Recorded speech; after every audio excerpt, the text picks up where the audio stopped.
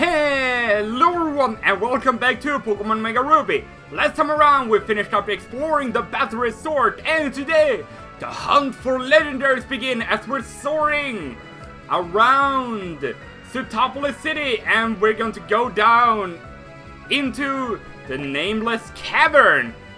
And for this one to actually appear, you need to have 3 Pokemon with maximum happiness on your team.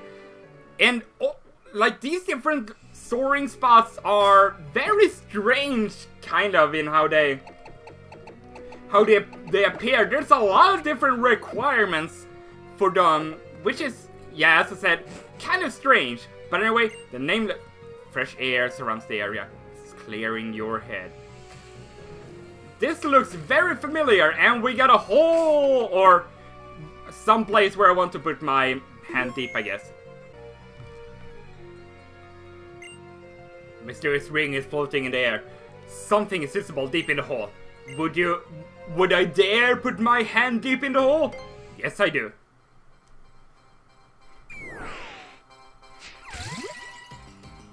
And out comes with the awesome battle theme, Uxie, the first of the legendary beings of the lakes. Well, there's no lakes here, but it's a legendary being. Anyway, Uxie is going to be level 50 psychic type, with the ability to levitate, with the moves Yawn, Future Sight, Amnesia, and Extrasensory. Now Uxie, you're only going to be able to fight in the Nameless Cavern between 8 PM and 9 PM. So only in a space of 1 hour, you got the chance to fight Uxie. So that's why in the last episode I said why I recorded it so close to 8 PM actually. So here we go, Flamethrower.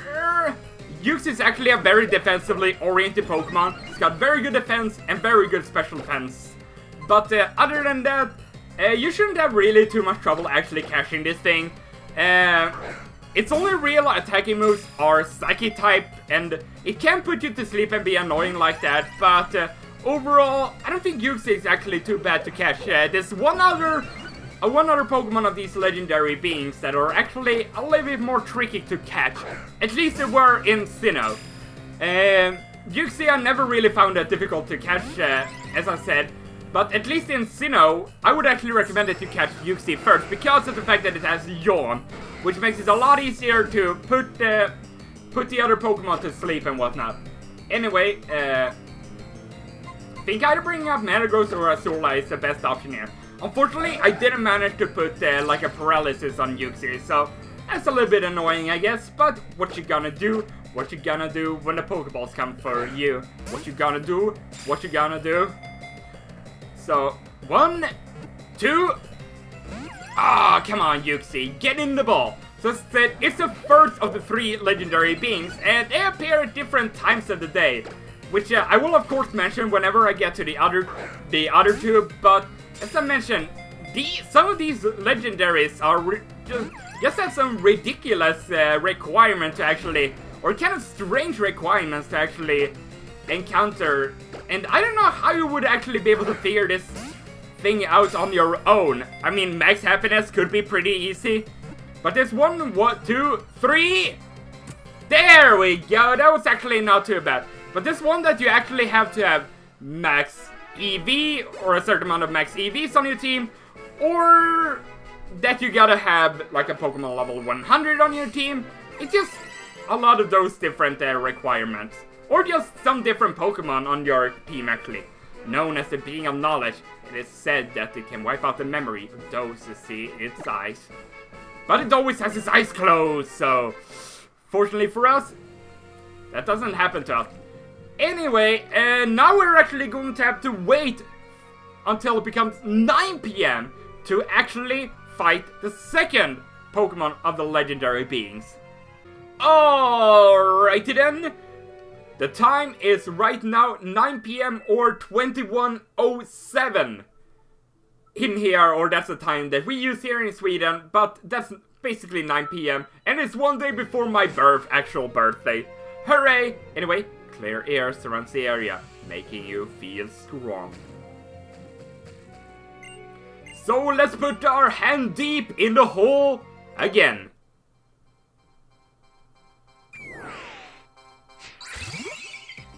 And out comes the second legendary being Azelf, which is going to be level 50, Psychic type, with the ability to levitate, with the moves Uproar, Future Sight, Nasty Plot, and Extra Sensory.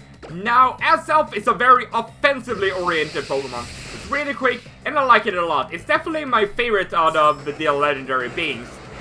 Now, something that I definitely should mention, as I didn't mention with Uxie, well, first off, I just want to say, Azelf you can find between 9 PM and 3:59 AM. So, you got a lot more time to find this thing compared to Uxie, but as I also should mention, don't mess with your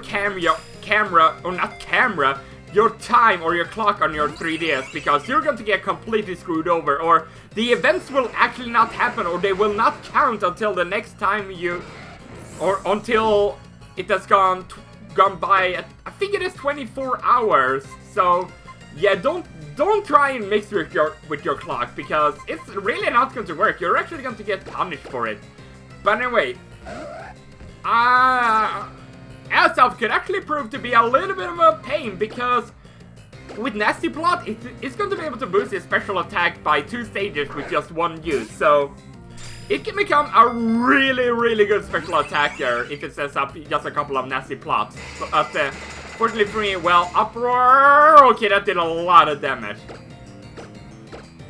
So Metagross is probably the best Pokemon that I have to fight this thing, but again, I think Uxie might actually be the best Pokemon to actually fight these legendary beings. When it says Azula goes down. Okay, so yeah, my Pokemon are not doing too great in this battle, but as I said, Azelf is the one that I definitely think is the more difficult to catch out of these legendary beings, just because of Nasty Plot and its massive special attack set. But 1, 2, 3. Ah! You can't be like Uxie and just get in a ball easily. But yeah, something that I guess I should mention, in Sinnoh, you can actually find Azelf and Uxie in caves in the different lakes scattered across Sinnoh.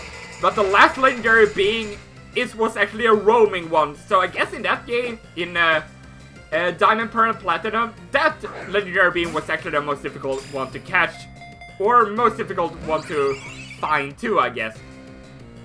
But yeah, Azelf is not going to be able to do too much damage against Metagross, especially when it has not set up a Nasty Plot. But anyway, come on, Pokeball, go!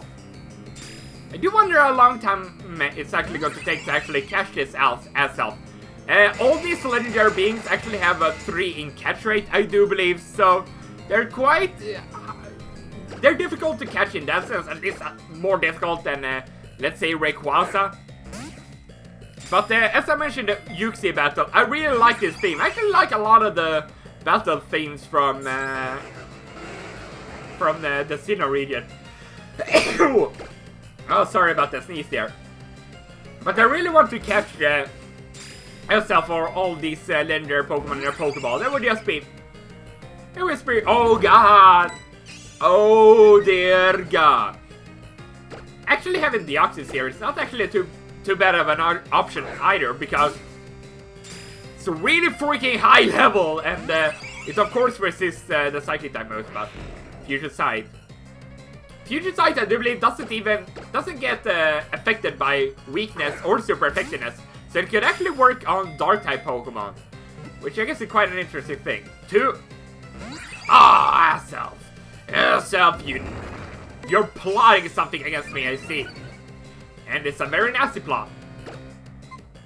Go netball, I guess. Go, go, go, go, go. Ah, not even. Not even anything. Oh, here comes the Future Sight. Okay, Future Sight is actually affected by weakness. I just remember in previous generations, that was actually not the case. That it was affected by weakness and whatnot. But I guess I was wrong in that case. God dang it. This Azelf is going to be a pain to catch! But that is something that I foresaw, like that Future Sight. Come on, Barb, you're my only hope. You're my last Pokemon remaining. Go, Pokeball! 1, 2, 3. Yeah! Yeah! Yeah! We got it! Barb intimidated Azelf that much that I was able to actually catch it. There we go. Thank you for giving me a chance, Azelf. I thought I would actually have to soft reset there. Known as the being of willpower, it sleeps at the bottom of the lake to keep the world in balance. Or not even in the lake in this game. But there we go. We got ourselves Azelf. There we go. That took a little bit longer than Uxie, but it was still kind of the first try that I actually managed to catch it.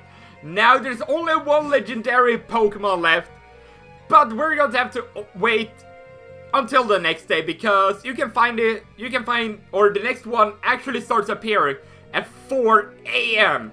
So we're going to have to wait a little bit until we can actually catch the thing. So I'll see you guys then. Alrighty then.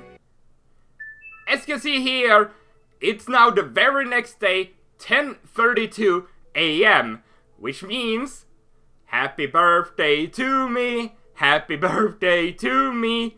This video is going up so much later. Happy birthday to me. So anyway, now the last of the legendary beings you can find. Clear air surrounds the area. It's lifting your spirits. The last of the legendary beings you can find between 4 AM and 7:59 PM. So you got a huge window of opportunity to catch this thing or fight this thing, I should say. A mysterious ring is floating in there. Something is visible deep in the hole. Yes, I will put my hand deep in the hole one more time.